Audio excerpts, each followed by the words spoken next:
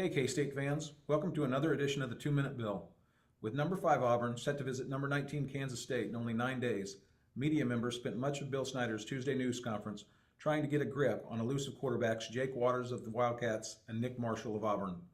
Waters was of particular interest after authoring a career-high 138-yard rushing performance last Saturday in K-State's 32-28 victory at Iowa State.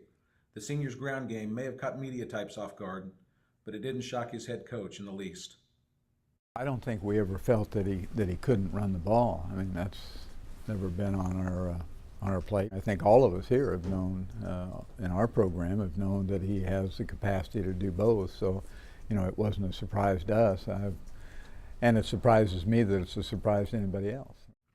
As for the punishment Waters likely will absorb while rushing, Snyder indicated it is simply part of the game. If you're quarterback, you're going to get hit. I mean, whether you're running the ball or whether you're throwing it. I mean, you know, in either case, you know, scrambles, etc. And Jake's been, you know, a durable young guy.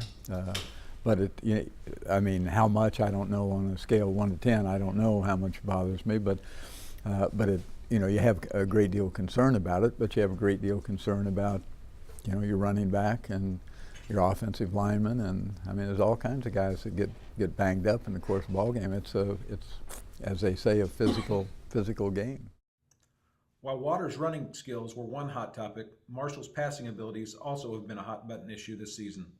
The former Garden City Community College quarterback is known primarily as a zone read run specialist, and many pundits remain skeptical of his throwing arm, despite the fact that he threw for nearly 2,000 yards last season while leading the Tigers to the national championship game. You need to watch the same tape I watch. I mean, he can throw the ball. He can get it, you know, he can get it there, and he can get it there in a hurry.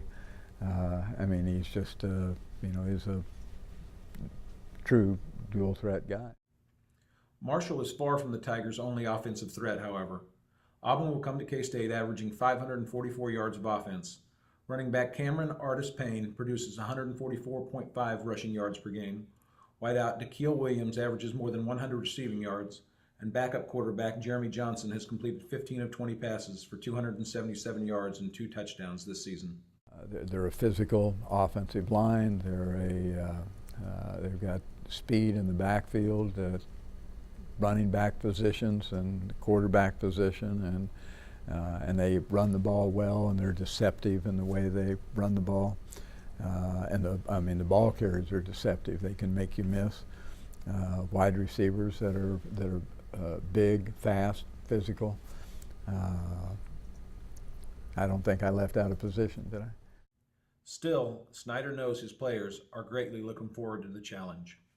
You know, it is a tremendous opportunity for them, but at the end of the day, you know, the opportunity is immaterial if we don't correct mistakes and if we don't, you know, work to get ourselves a great deal better.